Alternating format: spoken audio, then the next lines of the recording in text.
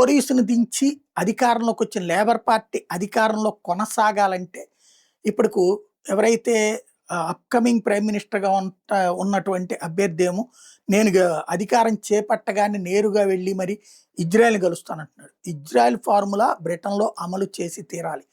బ్రిటన్‌లో ఇస్లామోఫోబియో కాదు అక్కడుంది.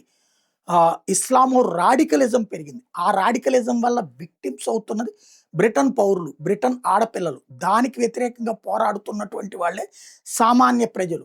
అక్కడున్నటువంటి సామాన్యులైనటువంటి దేశభక్తులు ఆ దేశపు జెండా పట్టుకుంటే తప్పు, అదే పాలస్తీనా జెండా పట్టుకుంటే ఒప్పు, సిరియా జెండా పట్టుకుంటే ఒప్పు అనే సంస్కారాన్ని, సంస్కృతి హీనత్వాన్ని వ్యతిరేకిస్తున్నారు. దాన్ని అనుమతించి ఏదైతే బ్రిటన్‌లో ఉన్నటువంటి అనేక ప్రాంతాలలో చివరికి నో బ్రిటిష్ జోన్ అంటే బ్రిటిషర్లే అడుగుపెట్టడానికి వీల్లేదన్నటువంటి ప్రాంతాలని మార్చాల్సిన బాధ్యత రాబోయేటటువంటి ప్రధానమంత్రి మీద ఉంది. అలా చెయ్యలేకపోతే రిఫార్మ్ యూకే అన్నటువంటిదే కీ రోల్ పోషిస్తుంది.